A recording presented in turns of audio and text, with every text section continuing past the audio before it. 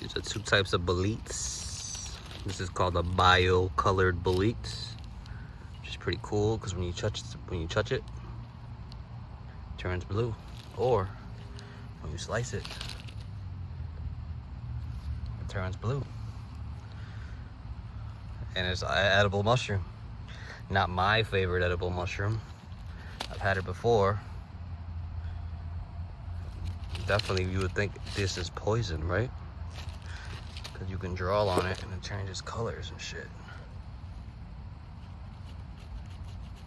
Once you touch it. Or slice it. I'll get another ones for ya. Bam. Look at that.